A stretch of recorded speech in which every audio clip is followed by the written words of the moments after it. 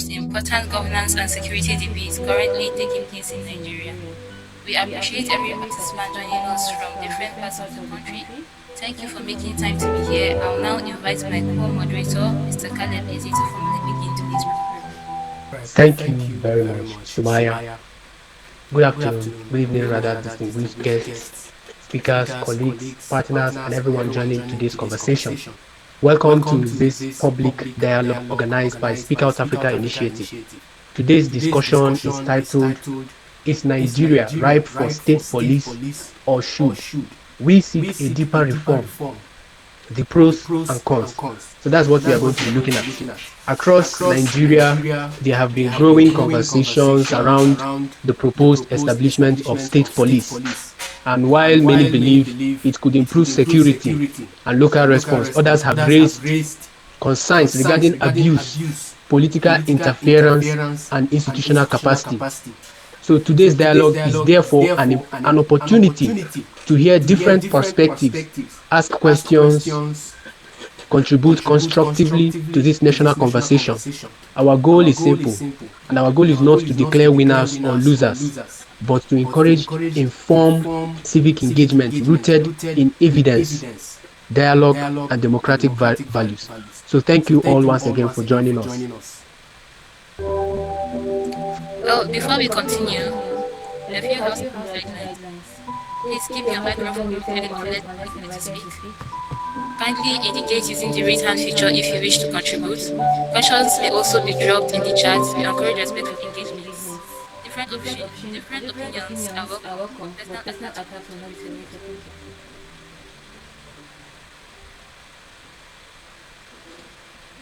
Right, so thank you. We are privileged to have the following resource persons joining today's discussion. First, we have Mr. Amos Ubede Ojo Andrew, who is the Executive Director of Young Leaders' Rights and Patriotic Initiative of Nigeria, YOLPI. Welcome, sir. Second, we have Barrister Cosmas Mama, who is a legal practitioner. Sir, it's a privilege to have you. Welcome. Thank you, sir. And then also, we have Olamayowa Olaniyi.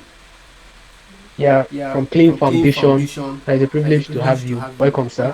And fourth, we have our Mr. Kenneth Eze, who is joining the call soon. He's the executive lead of Speak Out Africa Initiative and also a public affairs analyst. So we welcome you all. Thank you.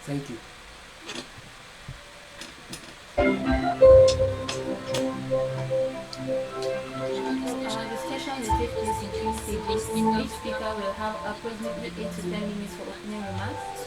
This will be followed by moderated questions from the host. Thereafter, participants will have an opportunity to ask questions before So our first question will be to Barrister Cosmos Mama.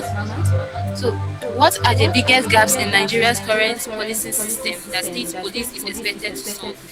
And is there evidence that the decentralization alone can address these challenges? If I'll have to repeat the question, please. Yeah, I think your question is very clear. We're talking about the biggest gaps in Nigeria's security system, correct? Yes, sir. And whether state police alone will be able to fill those gaps. Am I correct? Yes, correct, sir. Right. Yeah, generally, I would like to take my position on the theme of today's podcast or media chat. And my position, which of course is going to guide most of my contributions, is that Nigeria, as it stands, is ripe for state policing. In fact, I would say Nigeria is long ripe for that. This is going to guide my entire contributions. And for the question you just asked specifically, I would say that we have a lot of gaps already in Nigeria security system, in the policing system that we have. The most dangerous gap that we have is the issue of local confidence on the Nigerian people, which is what has informed the clamor for Nigerian for state policing. All right, and this, in my opinion, is it's not just a major gap, but it is what makes Nigeria overripe, in my opinion, for our state policing. There is an issue of lack of confidence in the Nigerian police by the locals, those who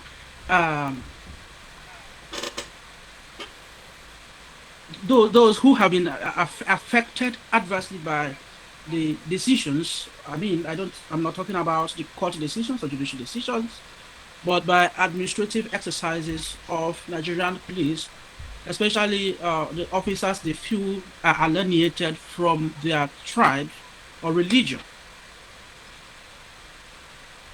We've had circumstances where there are a lot of complaints by the Nigerian people in some states that what makes it difficult for them to respond to the issue of terrorism, for instance, in their localities, is the interference of the Nigerian police. And when they get these guys and hand them over to the Nigerian police, they end up releasing them without taking them to court, without them passing through the judicial processes. So how do you expect that a police officer who is a local and who understands his environment and who also has the interest of his localities at heart will respond to the situation? You agree with me that the way the person is going to respond to it will quite be different from the way an external person will respond to it. But that is not to say that the local person is going to, take advantage of the opportunity to cause harm to someone who he thinks is not from his locality. It is simply a demonstration of the fact that security is local. In a time in Nigeria like this, the biggest gap in our policing system is a lack of reflection of local flavor in the distribution of police officers across the states. The way police officers operate in the north, for instance, is different from the way they operate in the south. I have been to the north. I don't see the level of extortion that we have in the south, in the north. Especially the level of extortions we have there is not a similar thing what we have in the south. So there is this feeling by Nigerians that the distribution of officers across the states affects how they are being treated in their own states. And I am not trying to exonerate officers even from their own states who are posted to their states sometimes from this. But at least there is this ability of the people to say, I know this person is the son of this person. We are going to hold him responsible. So this is one. The second gap, which is also a major gap, is that our police officers, of course, everybody has lamented that, they've pointed that out severally, that the number of police officers we have in Nigeria is not enough to police the entire population. A population of about 236 million people cannot be policed by less than 400,000 police officers. So, and having a single command structure in Abuja, even though that is not a bad idea, the issue and the gap is that we do not have enough number of police officers to actually police the Nigerian population. So these are some of the gaps. And other major gaps in the Nigerian police system is that in the mode of appointment of the police officers, in their recruitment and other things carried out by the Police Service Commission, we do not have representatives of maybe the youth population, civil society organizations, and we don't have representations of the media as well.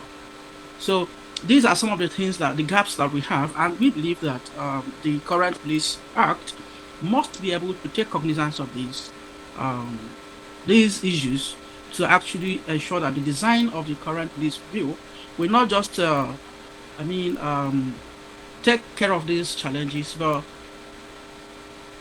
deepen how citizens can respond to the challenges as well by making their contributions to the civil society organizations, right from the appointment, recruitment of police officers, the entire regulation has to involve the Nigerian people. Yeah. So these are just a few of the gaps that I have with the police system. Thank you very much for that very insightful remark. We truly appreciate your perspective. Now to our next speaker, Amos Ubediojo Andrew. Can you hear me? Yeah, I Yes, can. good afternoon, everyone. Good afternoon. Thank you for having. Thank you for coming. Thank you. A pleasure. So your question goes thus: many Nigerians are concerned that the state police could be misused by the state governments. What legal and institutional safeguards would be necessary to prevent political interference and human rights abuses? Should I come again?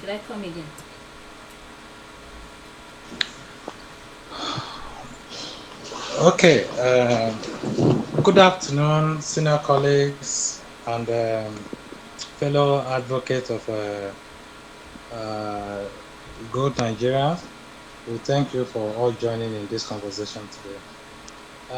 Of course, there are fears, and those fears are genuine because we've seen from the antecedents of the Nigerian police force what has been uh, what what we can say an ordinary citizen can characterize them with.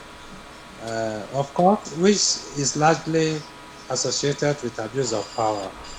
We are not talking about even being used. We are talking about their own antecedent as a force, in the sense that you see them misusing their firearms, you see them harassing innocent citizens on the street, and all of that, and thinking that the uniform makes them to be superhuman in a way. So, which has resulted to several calls for retraining of the police force in the past and even now.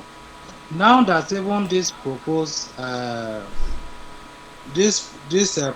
have come on board, there is still call for the Nigerian police force to be retrained, not just in line with the reality that is going to happen, but so that they could have a rethink or a rebrand in their operational strategy in such a way that there could be less abuse of their own power.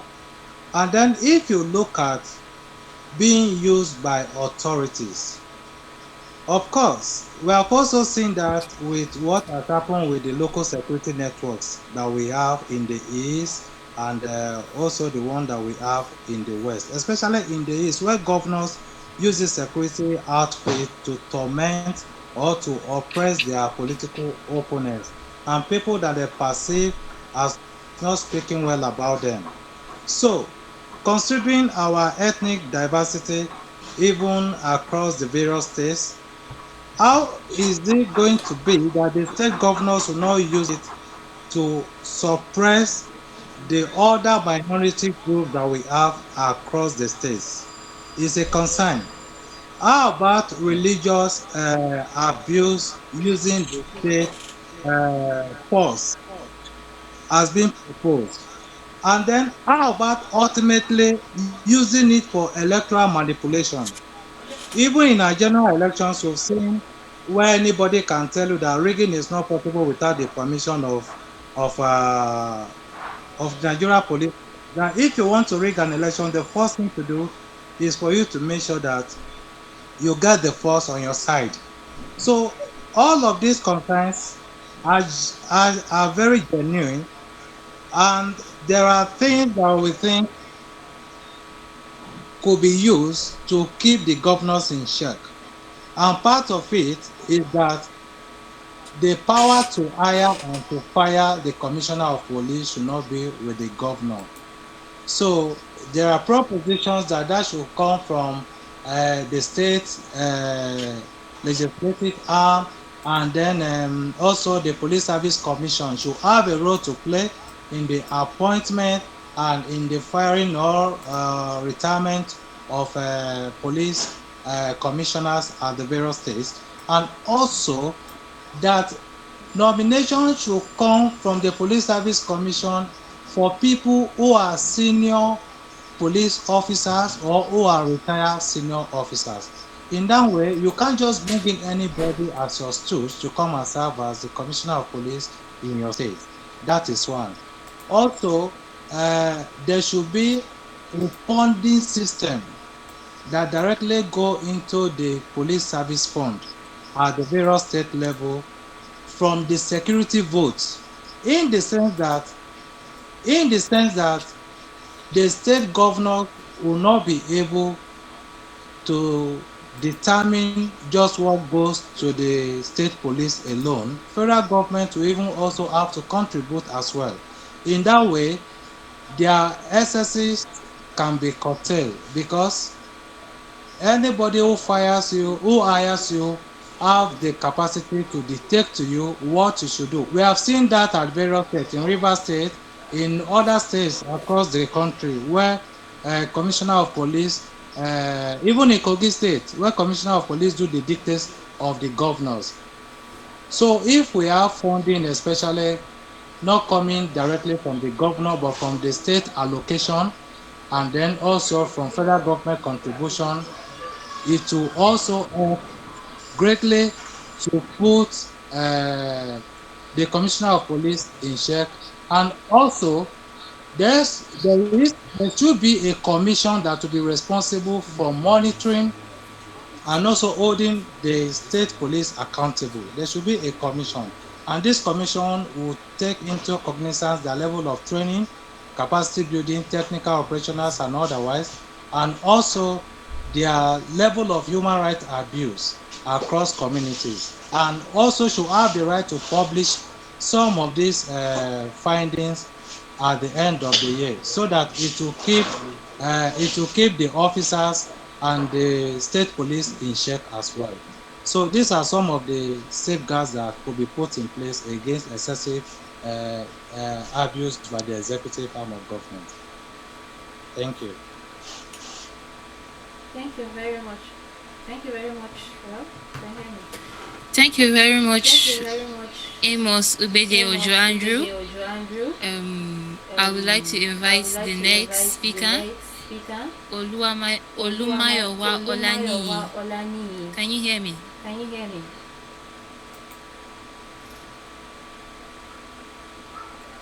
Yes, I can hear you. Good evening.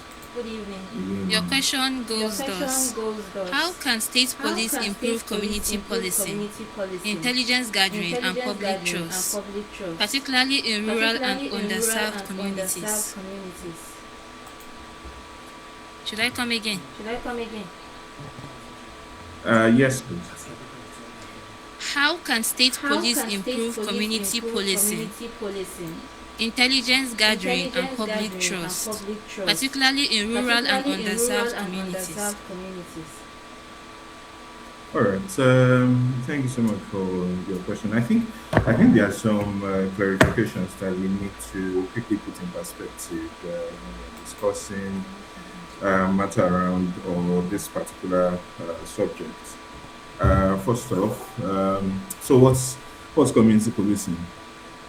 It's a strategy used by the police for engagement, and it has its own pillars. It has different pillars: participation, collaboration.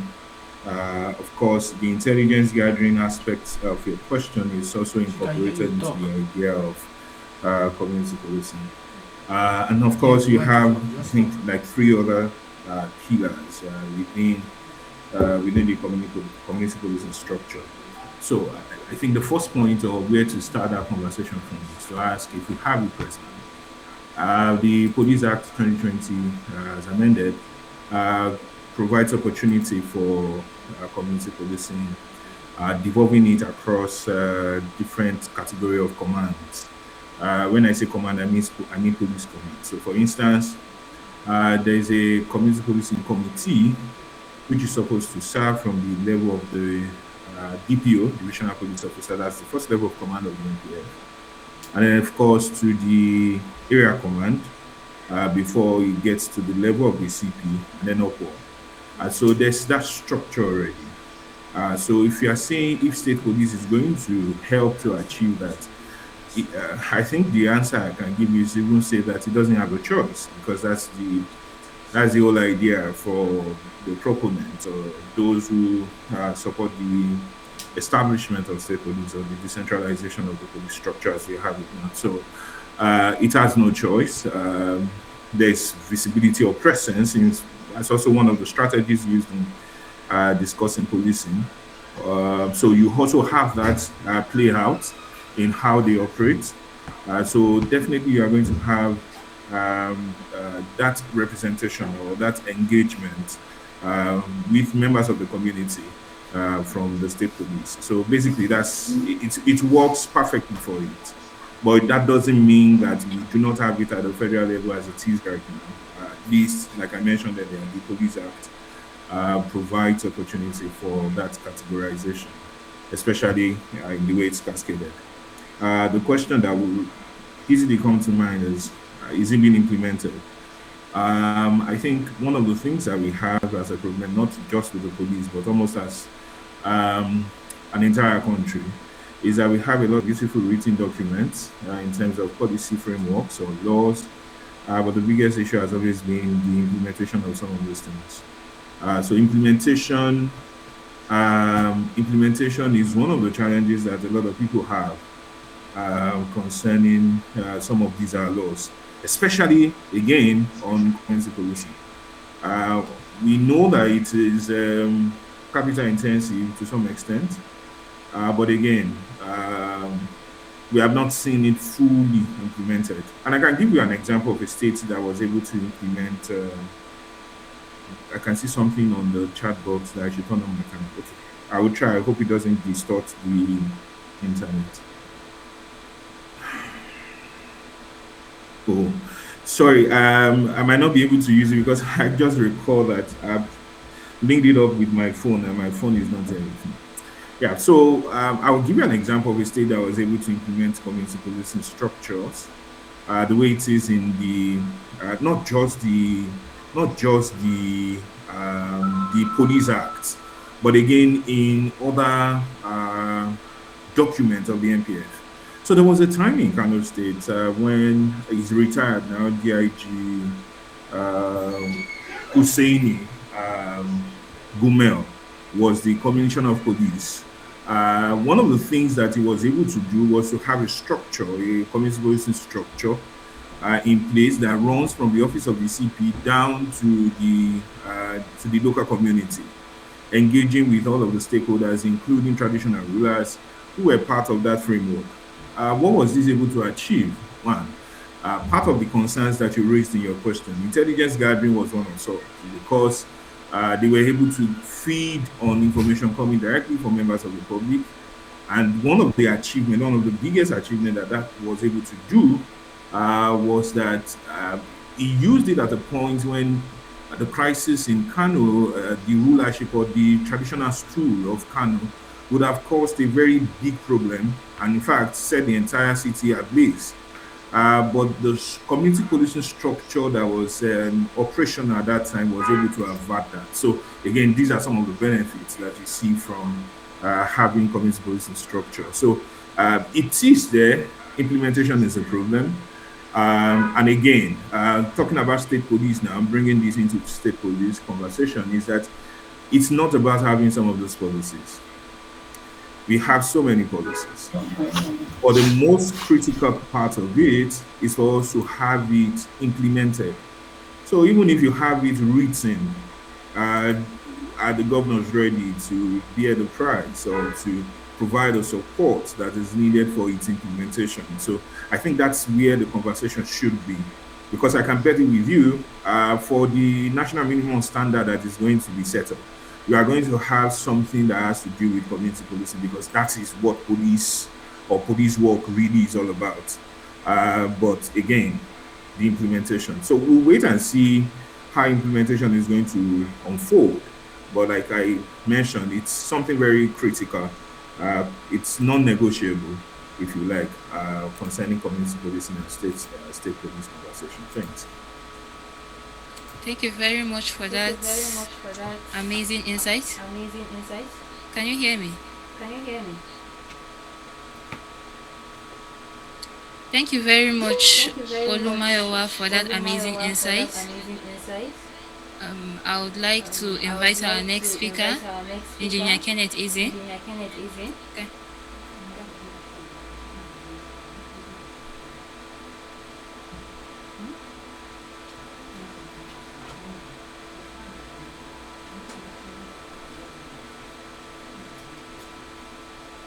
I can hear you.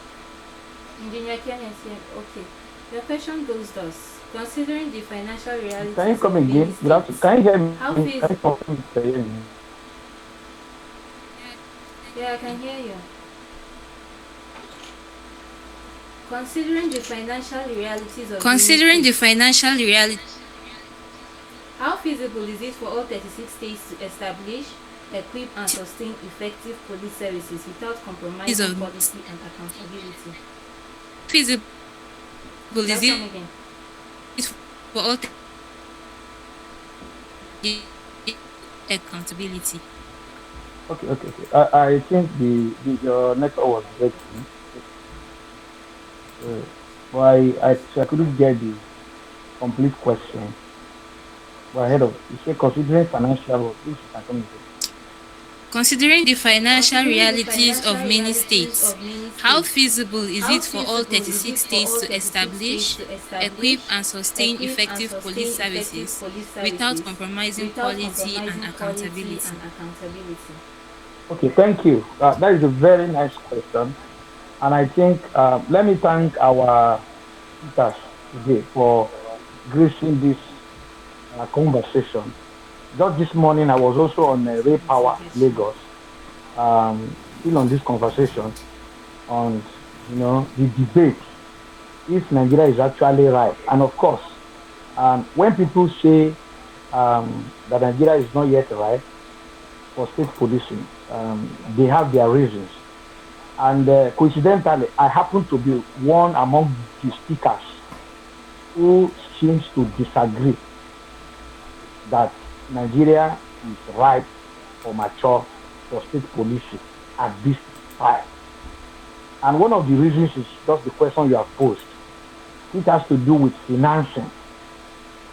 Now, and having listened to other speakers, of course, now Nigeria or Nigerians do not have problem with the state police. This is something we have all longed for, dated back to several decades ago. It's 1950 something. So ordinarily, we should all have accepted this with an open hand. Rejoicing in the streets, you should see people applauding the president. Just like as we speak now, just yesterday, a reform, a very laudable reform is ongoing with regards to NYSC scheme. And Nigerians are praising the administration. In fact, we're already working on a public release to that effect. So the issue is not that Nigeria is averse or opposing to state police, myself, including myself. But the issue is that the kind of state police that this particular 10th National Assembly is going to give to Nigerians is not going to be a befitting one. It is going to be a kwashiorkor, if I should use that word, type of state police. Somehow, because Nigerians will not, we are not privy to the documents as we speak today. So many persons, I don't know if anyone here in the panel is already privy to the draft, but I saw even reputable SAN, reputable figures in Nigeria, people like Femi Falana, people like Olusegun yesterday, and several other people today, several people. Now talking that even as we speak, many persons have made attempts to the National Assembly to get a copy of the draft, but they can't give it out. Now, I also watched an interview where a sitting senator from KB South, Senator Mayaki, on channel being interviewed by Chinwo Kimbaloye, said that this draft was given to them a day. He showed it, he brought it to the station. And they were giving, that same day, they were giving us 24 hours. He said they've not even opened up to 5 pages or 8 pages. I need a senator that is present in the National Assembly. The next thing is that they pass his first reading Second reason.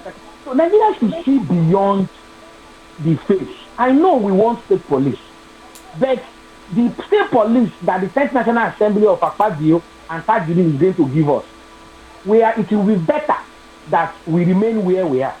Because there are speculation that it is aimed at using it as a political instrument against opposition. Given that we just have 6 months, for God's sake, this administration has been in government for going to 4 years now, 3 years now. The insecurity did not start this week or last month. So how come the government woke up now? And remember, we are talking about over 30 governors already in the ruling party.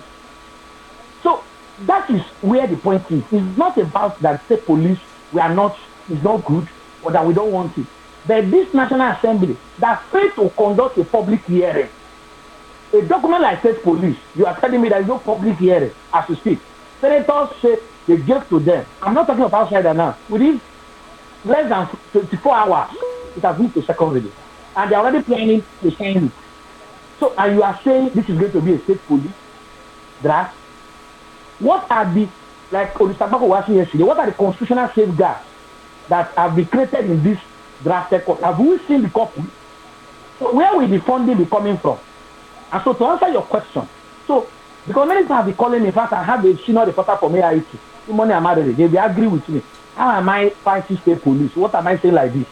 It has been, in fact, I am very happy because this has been one of the debates I enjoy. And I said, even call me, I'm ready to go to even CNN. The issue is not that I'm advanced or we are opposed to state police.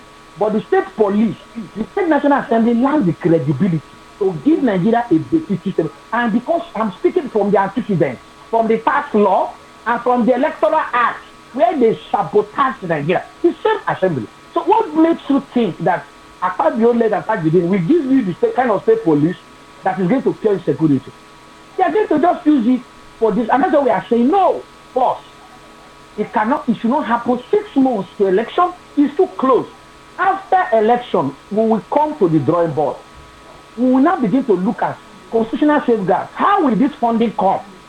And so, looking at the state of the many states in Nigeria, how many states can fend for themselves?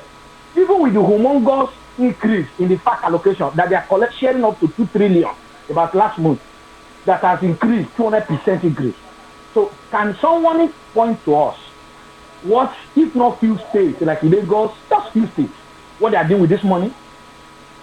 Now, have we suddenly forgotten also that this same governor has deprived and crippled the third tier of government that they kept under them in the constitution? What is even the source of this insecurity? Failure of the third tier of government, local government. So a governor that has crippled, that will not conduct local government election for 8 years until the last month is leaving. That same governor you want to give security. We're talking about security, state police. They will do from appointments, will be their cronies, their in-laws, their friends, their cousins. And if you don't do their bidding, because they want to pay you. And so the governors will only want to create more bigger problems in a bid to solving a problem. So that is what my article has put up and what I've been trying to say. We are not adverse, we are not opposed to state police. But this National Assembly, with the way and manner, and judging by their attitude and action, the way they are rushing this, it is not what we want that they are actually cooking. We will receive another shock of our life by the time they pass this state police. You will now see that it was not what we thought. That is why they are doing a shielded country. If not, why is it not open? Why is it not public hearing? Why don't we have this draft and see what they are doing there? So the governor and state government will keep complaining of lack of finances. The same people cannot pay primary school teachers, owing teachers, paying out salaries. The same governor is not going to be paying police. We will just create another bigger problem. Then police is more critical because the moment a policeman is being denied of his remuneration, he will use the gun in his hand and start intimidating the community. We will now see another spike in insecurity. Only few states will be able to do well. Only few states as it is today. And so until we put up a structure that has to do with how we build the finances. In fact, I have pushed that if state police is going to have its way, the financing of it should come from the consolidated account, not from the state account. If it comes from the state account, if a commissioner of police appointed by the governor fails to do his bidding, he will seize your salary and frustrate you, and there's nothing you can do about it. But if it's from consolidated accounts, and before they share, they will apportion that money out. It will be somewhere in the federal. And so this is my position. Thank you. Thank you very much, sir, for that wonderful insight. Thank you very much. Barrister Cosmos, your hands are up. Would you like to contribute to the question that was placed on the table? Okay, yes, yeah. I just wanted to have a few contributions, and I'm glad for what Engineer Ken has spoken. He has reflected the core major hiccups and setbacks to the state policing in Nigeria, which included the issue of financing, funding of the state police, the fact that some governors will not be able to, finance or fund the police, and the fact that Akpabio's led administration has not earned that confidence that would make Nigerians believe that even in the absence of citing the bill, they are actually addressing the interest of Nigerians.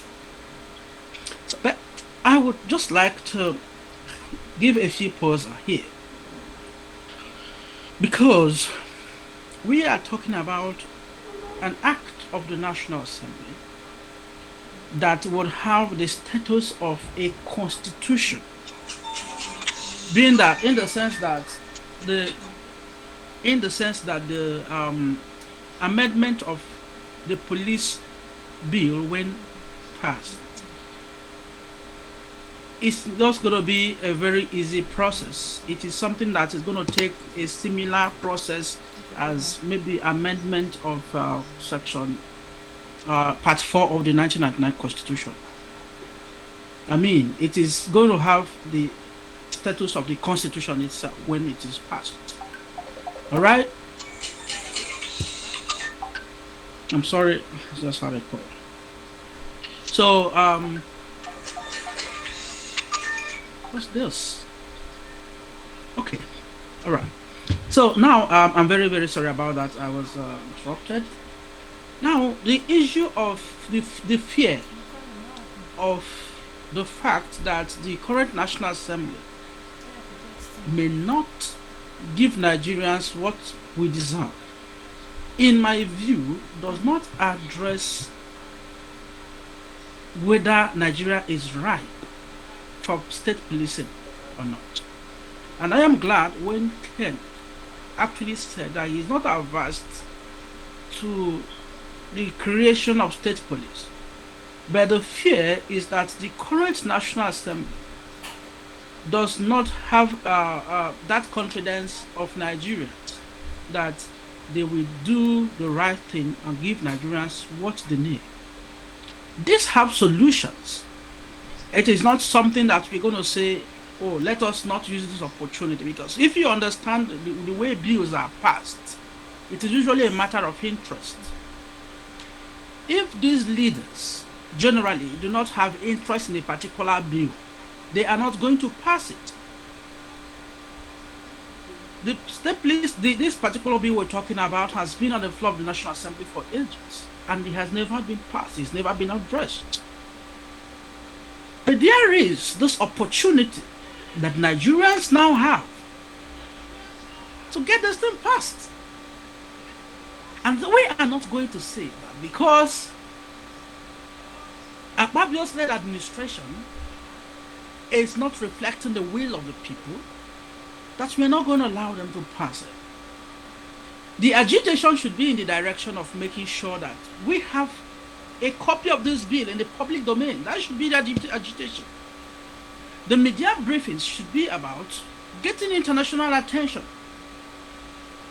and getting global attention to the fact that our National Assembly have refused to give us a copy of the bill And the people who have appointed these people, who elected these members of the National Assembly to the houses, different houses, should be able to go and meet their leaders and tell them, show us a copy of the bill because you are representing us. This should be the direction of Nigeria. This should be the direction of the agitations. So we can understand how we can actually channel our frustrations and get the best out of this opportunity. And the issue of state governors, the fact that they will use it as an instrument of force to intimidate political opponents. Yes.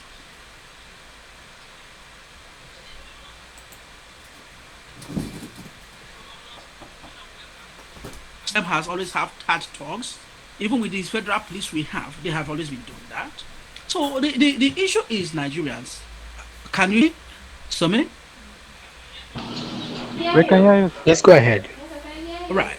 Now, the issue is how Nigerians can positively channel frustrations to get the best out of it. And when we talk about the issue of finances and lack of funding, the problem in Nigeria is not that there is no fund. The challenge is what are these leaders doing with the funds available? All right? It's not that a state in Nigeria does not have funds too.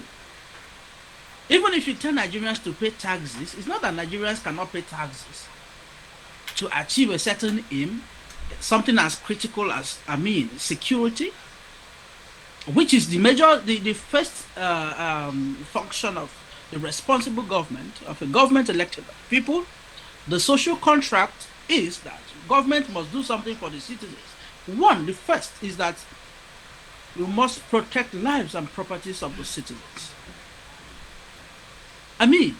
So the issue of funding is out of place. The real issues is addressing why the funding may not be there. Why is it that we are afraid that there could be no funding for the state police? It is because they are available and the citizens are not holding the governors accountable. You believe me that you could have a different result, and in fact, a reverse result in this issue when it is done. You may be able to find out that a governor that is having less funds is making more progress in the issue of security than a government that is even having access to more funds. It's all about how the funds are being utilized. This is my major contribution to this issue, to this point, and I believe that Nigerians should channel our frustrations to the members of National Assembly representing us. One, to show us copies of that bill. Secondly, the issue of funding should be addressed such that the governors who are receiving funds should know what they're actually doing with the funds and not telling us that there is no fund. And the issue of Akpabio's administration is just how many years left. IS Akpabio will be there for the past. So we are talking about an act of National Assembly that's going to live for a long time, and that will also be undergoing amendments if possible. But then we cannot say that because of Akpabio and because there is election coming, then we are not going to utilize this opportunity. If you understand how this political system works, it is like trade by barter. If once a member of National Assembly doesn't have anything to benefit, he's not going to. Many of these members of National Assembly cannot even go to their various constituencies because of insecurity. So what are we talking about? They're affected by the same thing we have been affected with. So we believe that they are going to do the right thing. But they should show us a copy of that bill. And this is where we should be channeling our frustrations and not going around the media houses and telling them that no, there is this fear.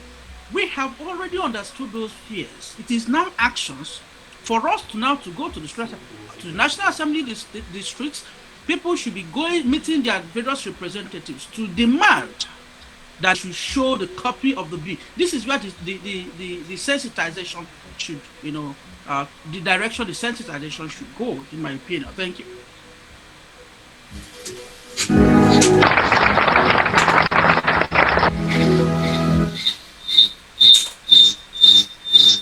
Well, thank you very much for that. Can you hear me? Thank you very much for that amazing contribution. Thank you very much. So, So, Amos, Amos, Andrew, your Andrew, your hands are hands are up. Would up. you Would like you to like to contribute? contribute?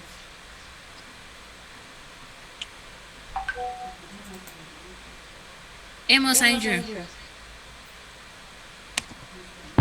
Okay, Mr. thank you Amos, very Andrew. much. Jimmy, I don't know if you can hear me. Can you confirm if you can hear me, please?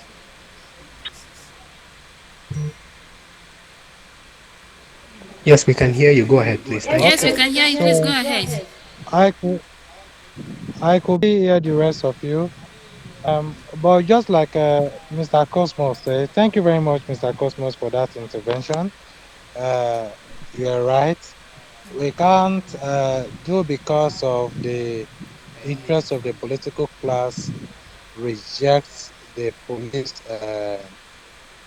state police bill at this point in time because it's something we've all been desiring to see. But then we should look for how to What do you mean it's not my phone? even come up with measures that could put the system in check on its own. And like everyone is clamoring for Nigeria as a country to build more of institutions than to just create reforms and just be doing things anyhow like we've been doing. They are deliberately trying to create weak institutions so that they could use it for their own selfish interests, so that they could manipulate the system. But as civil society organizations, what we need to do actually is to come up with alternative measures that can hold them to be more accountable and also to put them in check. So these are things we need to come up with. If we look at the antecedents of the Nigerian police force, like I said earlier, we will not want this to come to be. Just take a look at what happened in Kaduna State just a few days ago, where a police DPO was the one who pushed a citizen out for the crowd to just lynch. These are some of the unprofessional conduct that we've seen. Talking about the police as a body on its own, not to talk of police being exploited by the political class for their own good. All cases of vigilante outfits shooting citizens and all of that. If a publication should be done to tell us the number of citizens that have been killed by the vigilante force alone, it will shock us. So there are all of those cases of abuse and reasons why we should not allow state police to fly. Yes, but then there is also something very critical we need to understand, that it's not possible for state police to be enforced between now and the period of Nigerian general election. It's not possible because the average time for training a police officer is 6 months. That 6 months would have taken us into the election already. And the reason why our governors are saying, yes, let there be state police and all of that, is because of the kind of insecurity they've allowed in their states. We all know their body languages towards insecurity and the various states. We know the states that are doing well and the states that are not doing well. They are thinking that could give them more power to use the state force against the people in the coming election. But then I'm sure all of them are having a rethink in their mind and that this thing we are thinking is not going to be so. When they even look at the financial implication to put the structure in place, we're not talking about salary, all of that. To put the structure in place, technical and otherwise, is a lot of money that they wouldn't want to cough out. They'll start looking for how to start getting this money until they are ready. So they didn't look at the implication holistically before they just say they want state police and all of that. So if it's in regards to the election, I think we should have some peace of mind that despite their dubious tendencies in the past that they could do things overnight and all of that, they can't have this come to be between now and the period of election. So that is going to avail citizens more time to actually criticize and scrutinize the bill, or what, even when it has been passed, to also call for more reform, just like we keep on having reforms in the electoral space. That is how it's also going to be for this as well. At the start, we may not have a very perfect bill, a perfect act, but with time, we are going to be having amendments and stuff like that that could give us a perfect state police that we want. And this time is the time that we need to mobilize, to need to speak up in order for us to bring up opinions that we want to see, what is expected of the state police that we desire, so that it's not what Akpabio or Tinubu have planned to be the kind of state police they want to have, that is going to be what they are going to impose on us, which is what the fear of many people uh, are already. Then we'll see that what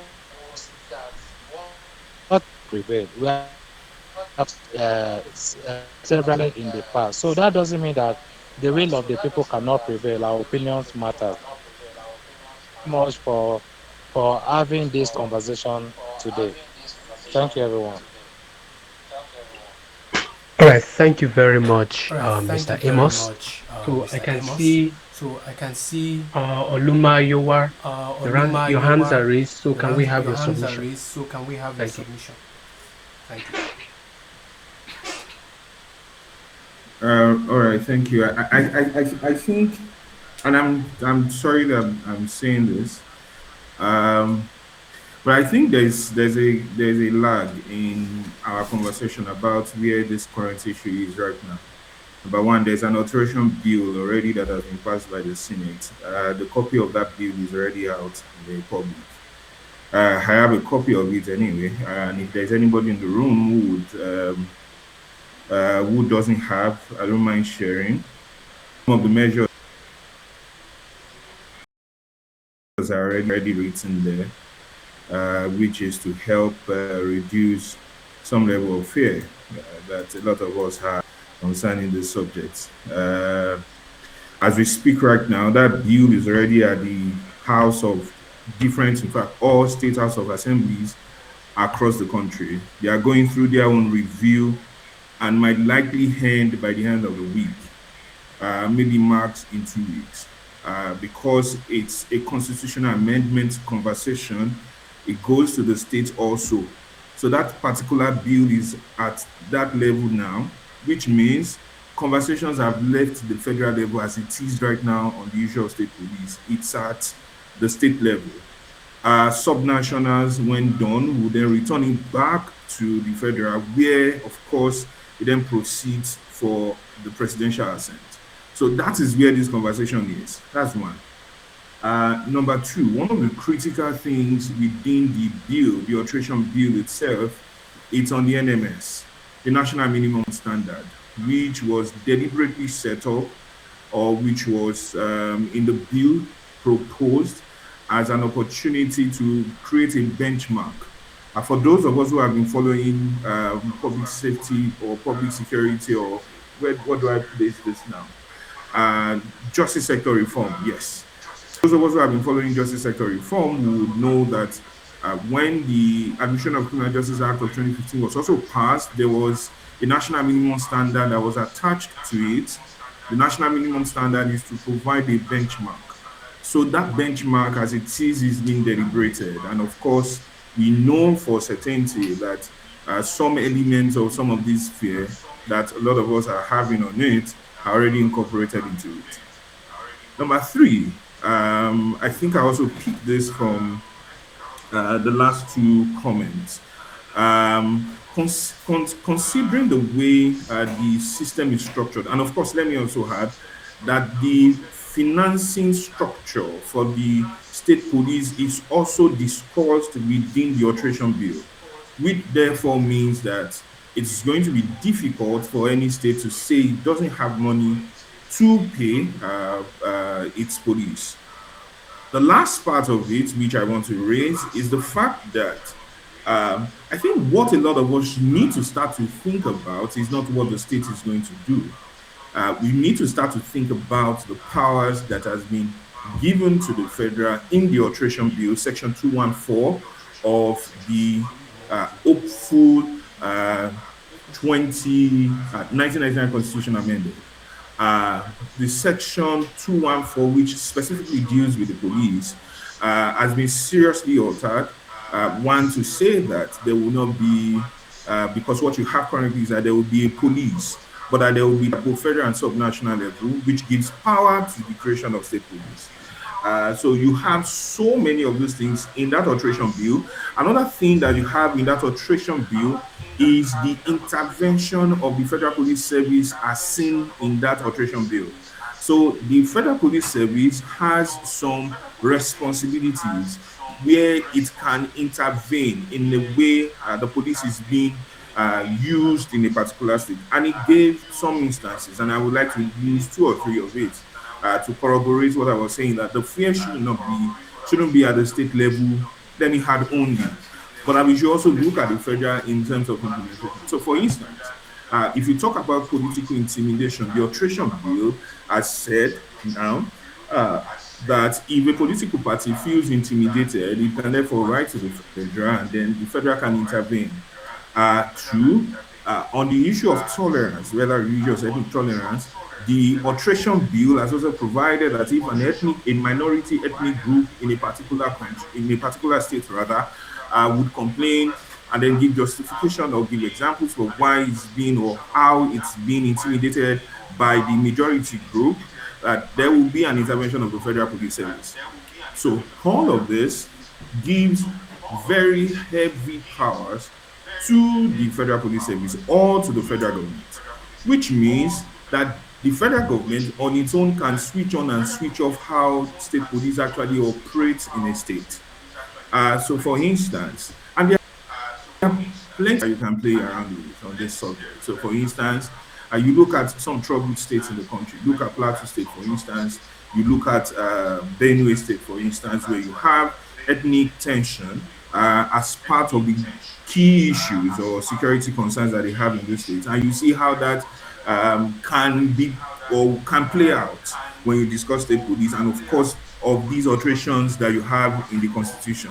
So for a Birom boy, a Birom youth can be said to have intimidated a Fulani boy in Birom, and therefore the Fulani boy in Birom can cry out to the federal government, and of course by extension the Federal Police Service, and the Federal Police Service will intervene. The intervene in this regard would suggest like a takeover, like something that will require the Federal Police to come into or act as the police in that particular state per time.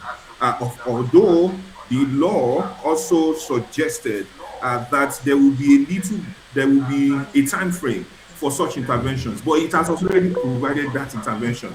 Therefore, that raises a very critical problem that the federal government, because this conversation is beyond whoever is in the office right now, and so therefore, it means that the federal government, at whenever time, can decide whether it's going to listen to the cry of a minority group over a majority group, notwithstanding whatever is the background to the issue. So we have so many.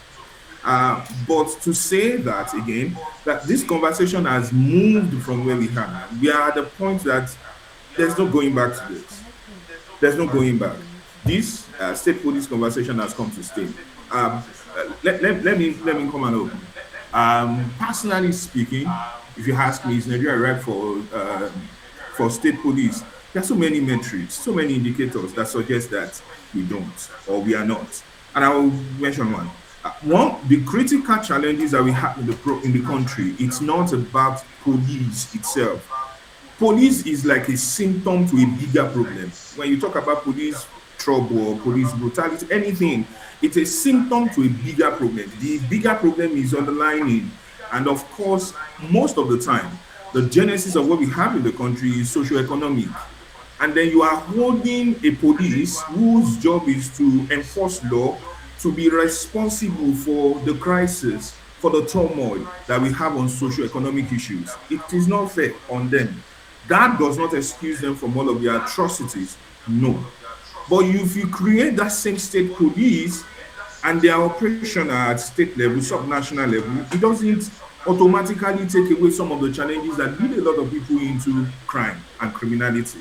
So again, police is like a lot of people will say in this space, the police is the product of the public one, and that is because it's the closest that a lot of us see We attribute the failure of governance of the president, of course, with accent, and then it becomes enforceable. Whether they can implement it or not is another conversation before the next election. And I would like to put a right on that before I stop. Let me tell you, from deep conversations, and of course, with the knowledge that we have within the space, we know that a lot of governors are already preparing for this long before now. There are some certain states within the North Central chain that have positioned themselves already. They have the structures ready. And of course, the formula which the federal government and state governments are also discussing is a possible 70-30 ratio or a 60-40 ratio, which means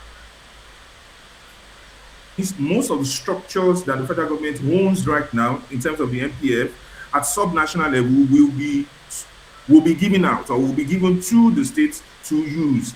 And then, of course, the rate of the number of police officers. So you will also see that some of these police officers that we complain about at the federal level, at this centralized one, will still be the police officers that you will see wearing state police uniform. So you will see a lot of them because like 70% of them will be sent back to their states. You see that 70-30 or 60-40. They will be sent back to their states where they are going to operate. So it doesn't automatically, creating it doesn't remove all of the atrocities of the police. But someone mentioned something when we started this conversation about reform. So whether it goes, of course, it's not about whether. When this eventually goes forward and becomes the substantive, reform does not stop, whether for the Federal Police Service or for the subnationals. Thank you. Thank you very much, Mr. Olumayowa Oleni. That was a very, very, very wonderful contribution. Thank you to our speakers. Yeah. We'll now open the floor for participants' contribution. If you would like to ask a question, kindly raise your hand or indicate in the chat. And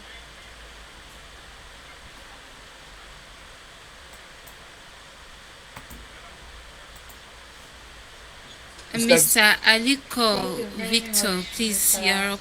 Olumayowa Oleni. All right, thank you very much.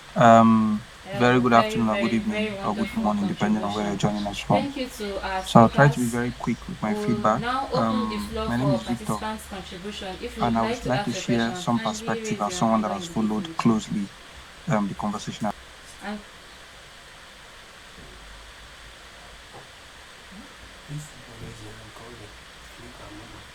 okay. Mr. Aliko Victor, please, you're up.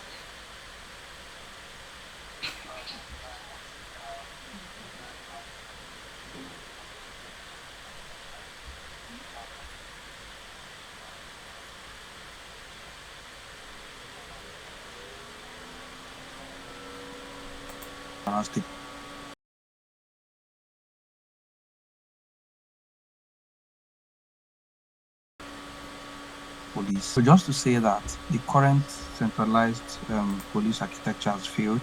Clearly, you can see it has failed. It has failed not because the federal government will fail, but because there are certain bottlenecks, right? So take for instance, I would like to point out a few points. United Nations recommends, the last time I checked, 100 citizens to 1 police officer. What that means is, for a population of 230 million people, approximately, more or less, we will need about 2.3 million police officers. Currently, what the number is saying from the National Police Service Commission is that we have about between 380 to 400,000 police officers.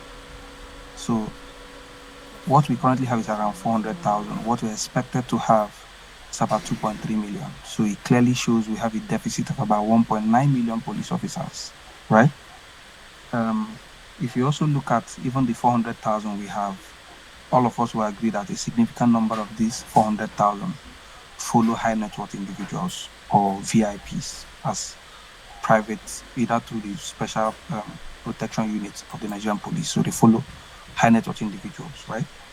It clearly means we don't have enough police officers to properly police Nigeria, the 30 states, the 774 local governments. But another thing I would also like to say is the numbers is also saying we have only 5 police training colleges in Nigeria. So what that clearly also means is when we complain our police are not properly trained, our police officers lack trainings and all that. We can understand why there's a particular geopolitical zone that currently don't have a police training college.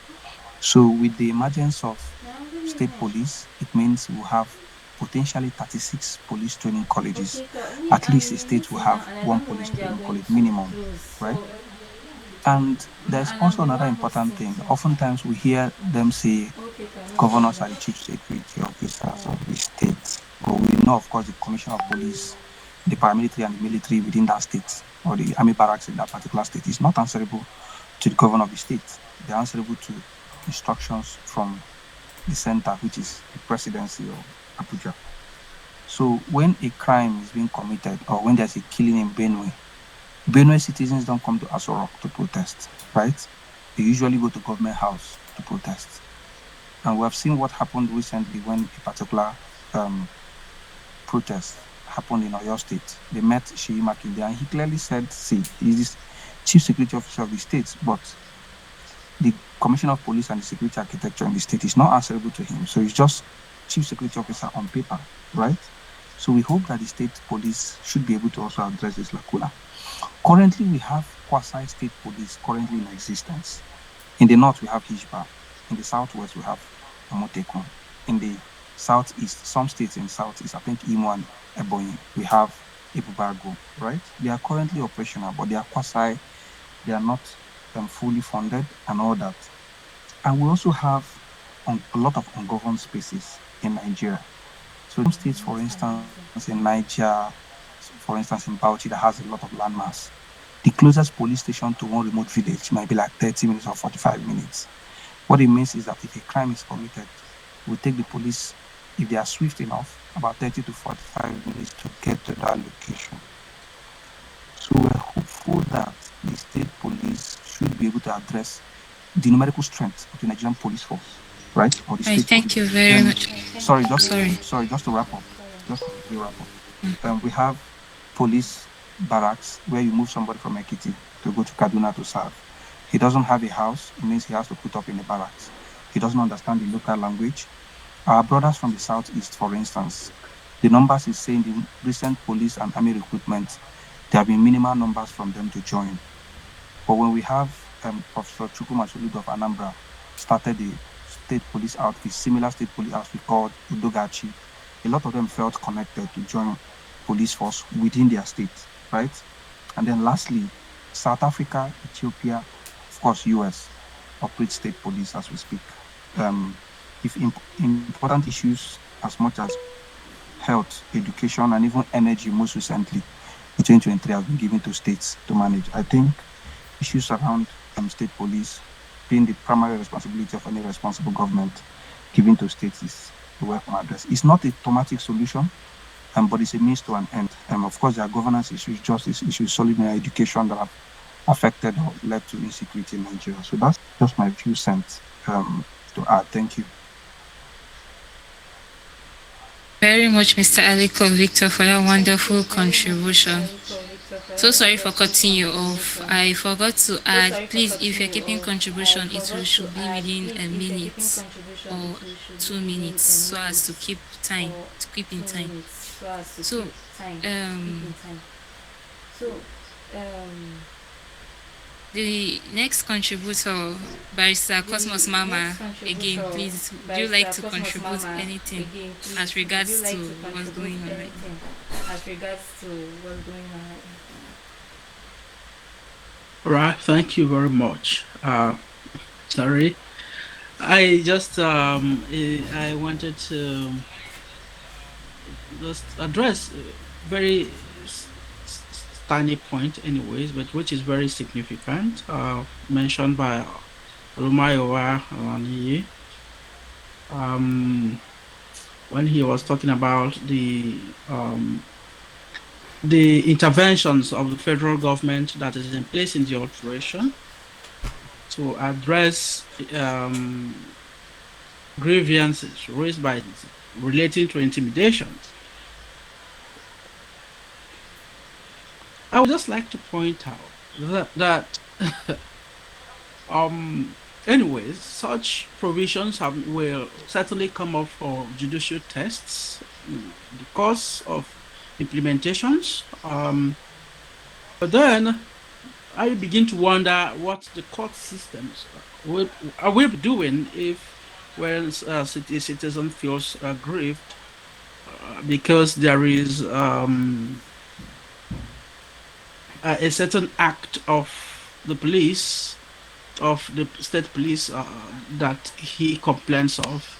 I begin to wonder what the court systems will be doing. What will the judiciary be doing if at every point when there is grievance, somebody has to cry to the top to get redress, or to get intervention from the federal police. And the fact that the federal police may now have the power to take over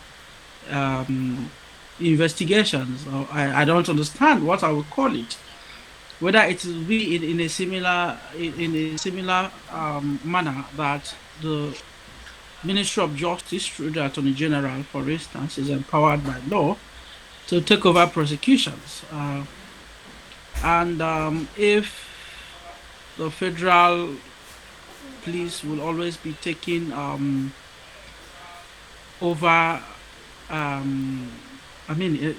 over the investigations by way of interventions, what will the state police be doing? And then what will actually be the jurisdiction of the state police? Will the federal police be acting in a supervisory capacity over the state police, or will the federal police